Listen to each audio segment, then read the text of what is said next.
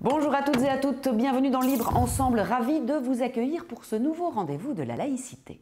Fin septembre ont eu lieu les journées du matrimoine, 3e édition. Ce fut l'occasion de visiter des ateliers, des lieux qui rendaient hommage à l'héritage des femmes dans la ville. Pierre Skonbroth a assisté à un atelier à Schaerbeek, mais aussi à visiter une maison, celle du couple Cauchy, de Lina et Paul Cauchy.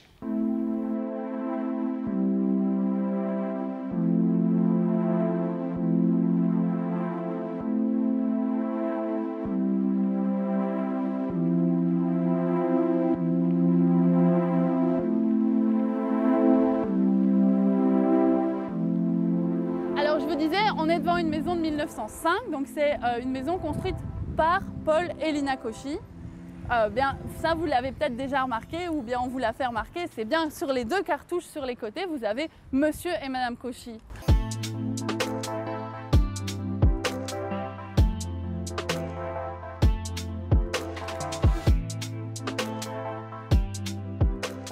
Et on voit bien que les pratiques du couple Cauchy, elles sont très multiples, puisque on a cours privé d'art appliqué, mais on a aussi broderie, peinture, dessin.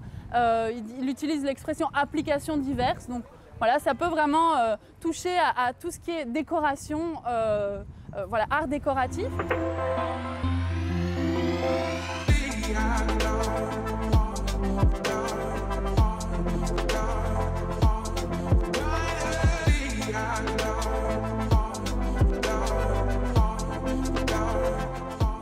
Donc à partir du milieu du siècle, on a donc des ateliers de peinture.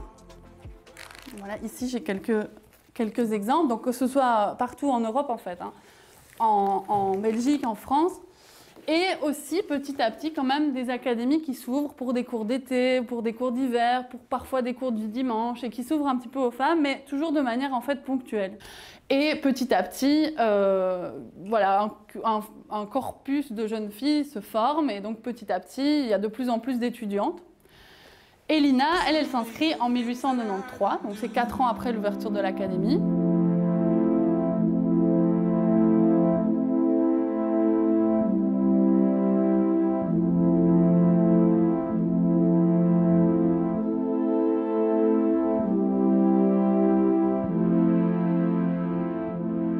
Elle est issue d'une famille plutôt précaire, enfin voilà, donc elle est Caroline Voet et elle est fille de Caroline Voet. Donc en fait elle n'a pas de père.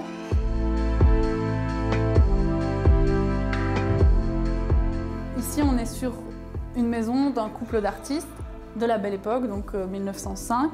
Si on creuse un peu cette époque-là, c'est plus ou moins les années où les femmes rentrent à l'académie, donc elles commencent à se former officiellement à la peinture. Avant ça, elles sont déjà formées à la peinture dans des ateliers privés, qu'elles payent souvent beaucoup plus cher que les hommes. Et surtout, si on creuse un peu, si on observe certains artistes connus de l'époque, je pense à Henri van de Velde. Henri van de Velde, il a une épouse qui s'appelle Maria Seth, et dont on ne sait pratiquement rien, alors qu'elle était artiste, alors qu'elle parlait plusieurs langues, elle l'a mis en contact avec des artistes en Angleterre, elle traduisait des textes en anglais pour qu'ils puissent les donner dans ses cours, des textes d'allemand aussi, donc vraiment, sans elle, en fait, finalement, il n'était rien, mais son nom à elle, il a pratiquement disparu. Ici, moi, ce qui a été vraiment bénéfique pour moi, parce que je pense que c'est indispensable de faire ça dans sa pratique, c'est que j'ai vraiment décidé de changer complètement ma perspective et de choisir de parler d'autres choses dont je ne parle pas forcément d'habitude, et surtout à chaque fois de les faire résonner avec Lina Cauchy. Donc j'ai dû faire l'effort, vraiment un effort, hein, de ne pas dire la maison de Cauchy, ça va, mais Paul Cauchy, et plutôt dire les ateliers Cauchy, le couple Cauchy, Paul et Lina Cauchy, parce que parfois on attrape des espèces d'atavismes et donc on répète, quoi, Paul Cauchy, Paul Cauchy, Paul Cauchy, et dans d'autres cas c'est aussi assez souvent le cas. Donc voilà, moi ce qui ça m'a apporté, c'est de me forcer enfin à faire cette démarche qui, je pense, est indispensable dans une pratique de partage avec du public en fait.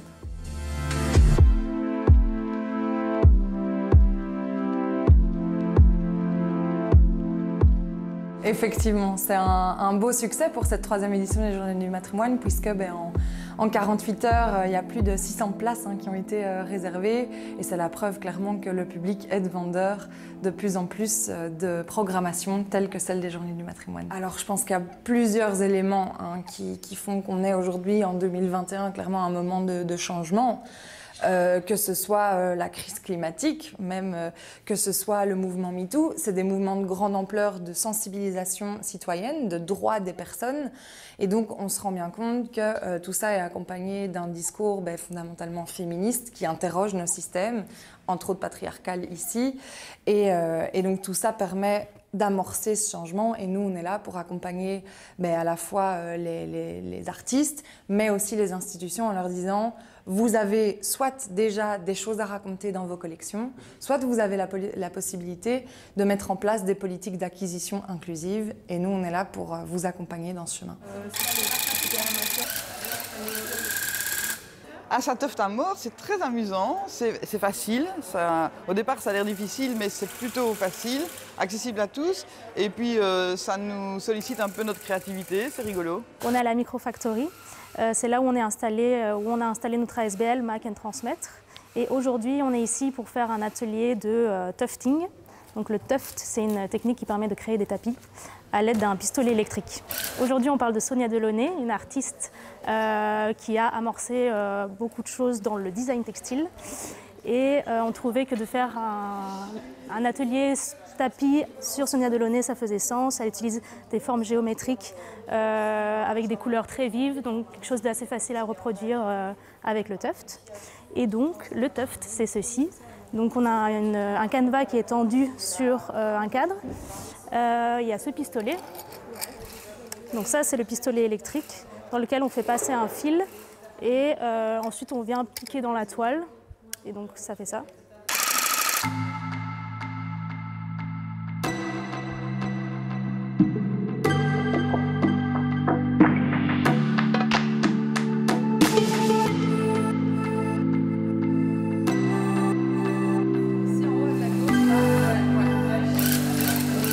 Quand par exemple Mathilde et Salomé parlent de leur pratique de designer textile, la première chose qu'on va leur dire c'est vous faites de la couture aussi parce qu'il y a une méconnaissance totale du design, du travail de designer souvent, mais surtout qu'on va tout de suite associer ça à du stylisme, de la couture, un travail plus avec des machines à coudre, alors que c'est quand même un rapport plutôt industriel, le travail de designer textile. Il n'y a pas très longtemps, j'ai passé par exemple un entretien pour une boîte de menuiserie et assez rapidement, dans mon entretien, on m'a demandé si j'étais seule, si j'étais mariée, si j'allais avoir des enfants.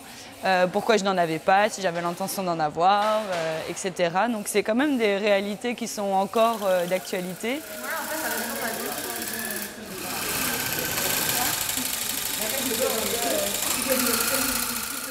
Qu'est-ce qu'on peut retenir? On peut retenir qu'on a, devant notre jeunesse et encore maintenant, on nous a raconté une histoire qui est fausse. Alors est-ce qu'elle est fausse par intention? Est-ce qu'elle est fausse par hasard? Par hasard, ça m'étonnerait. Et donc ça veut dire qu'on doit réinterroger l'histoire qu'on nous raconte et être actif dans ça pour la modifier. Elles ont toujours fait partie de l'histoire. Ce qu'il y a, c'est qu'on n'a pas raconté leur histoire. Mais il y a toujours eu des guerrières, des chevaleresses, des entrepreneuses. Il y a toujours eu des femmes dans l'histoire. Ce qu'il y a, c'est qu'on ne les connaît pas. Donc elles ont fait partie de l'histoire et elles font partie de l'histoire. Alors peut-être que maintenant, grâce aux nouveaux médias, aux réseaux sociaux et au fait que chacun et chacune a plus de liberté de s'exprimer, plus de moyens de s'exprimer, peut-être qu'effectivement là, on a plus d'opportunités à raconter l'histoire des femmes.